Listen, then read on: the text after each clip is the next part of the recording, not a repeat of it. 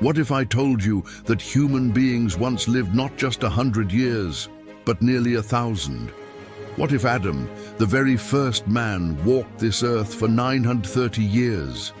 What if Methuselah, whose very name whispered prophecy, lived 969 years? Longer than empires, longer than dynasties, longer than the time it takes for civilizations to rise and collapse.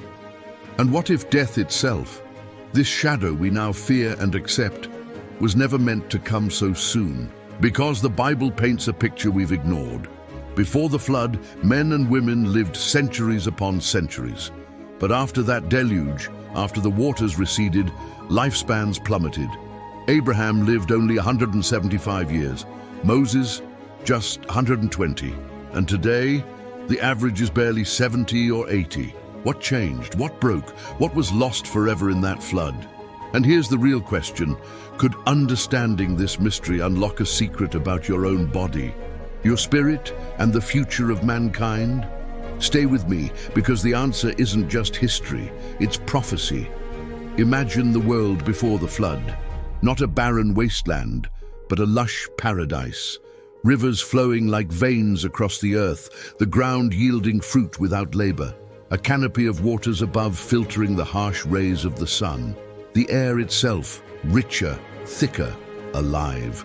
What if the very atmosphere wrapped humanity in a protective shield, slowing decay, prolonging youth, granting strength that seems unimaginable to us now?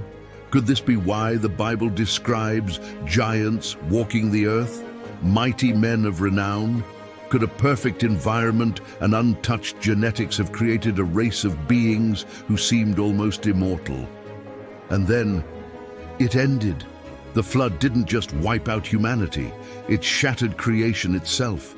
The fountains of the deep burst forth, the canopy of waters collapsed, and in that violent moment, the world was altered at the cellular level. What if the reason you can barely live a century is because the very framework of life, the balance of creation, was broken in that cataclysm? But maybe it goes even deeper. Because Genesis doesn't just mention long lives, it connects them to something mysterious, the Nephilim, those strange hybrid beings born from the union of sons of God and daughters of men. Could it be that humanity's extended lifespans were linked to a world we barely understand? A world where angels and humans intersected, where the spiritual and physical realms were not yet torn apart? And if that's true, was the flood not only about judgment, but about severing a dangerous connection? About closing the door on an age where men lived too long, gained too much, and could fall too far? Think about this. In Genesis 6:3, before the flood, God declares, "My spirit will not contend with humans forever, for they are mortal. Their days will be 120 years." What if this was more than just a statement? What if it was a decree, a divine limitation placed on humanity? No longer would man live for nearly a millennium. No longer would sin stretch across centuries in the same soul.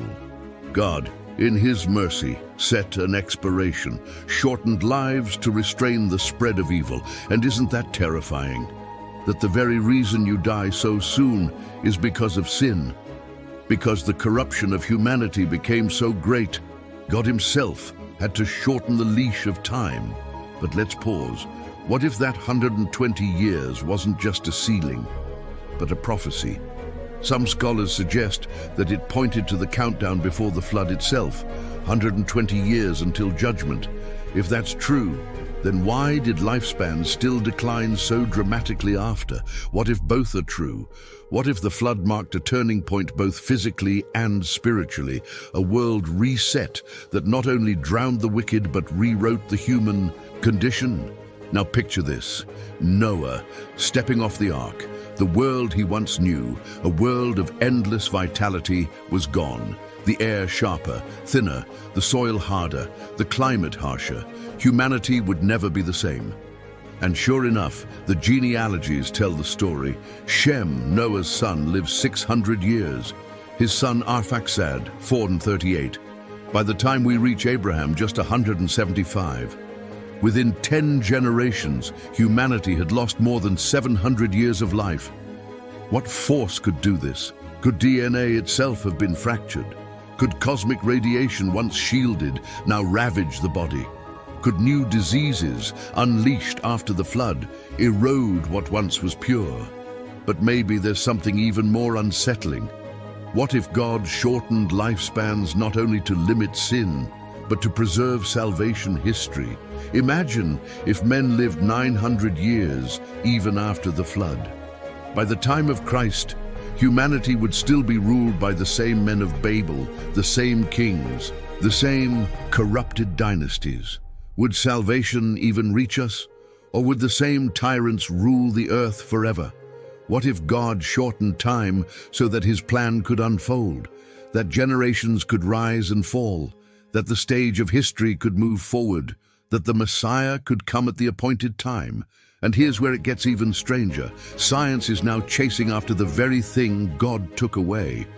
From gene editing to anti-aging research, from telomeres to cryonics, mankind is desperate to reclaim lost centuries. Billionaires pour fortunes into the dream of immortality. But what if that dream isn't just science, it's prophecy? Because Revelation speaks of a time when men will seek death and not find it. What if humanity's ancient longevity will one day return, but not as a blessing, as a curse? And maybe, just maybe, the same forces that walked the earth before the flood will return again. As Jesus himself said, "As it was in the days of Noah, so it will be at the coming of the Son of Man." What if we are on the edge of repeating history? So let me ask you this. If death was once delayed, and if death will one day be defied, then what does that mean for you now? Could the shortness of your life be both a tragedy and a mercy? Could every fleeting year be a divine gift, reminding you that time is limited, that choices matter, that eternity waits on the other side?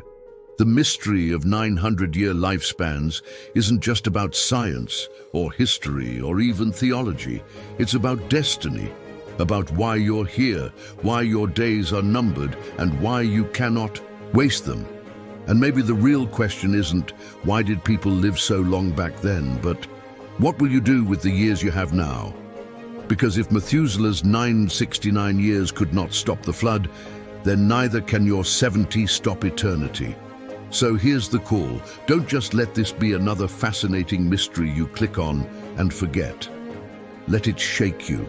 Let it remind you that time is fragile, fleeting, burning away faster than you realize. And if this opened your eyes, then don't keep it to yourself. Share this with someone who needs to wake up to the reality of time. Like this video so others see it. Comment your thoughts, because your perspective might be what someone else desperately needs to hear.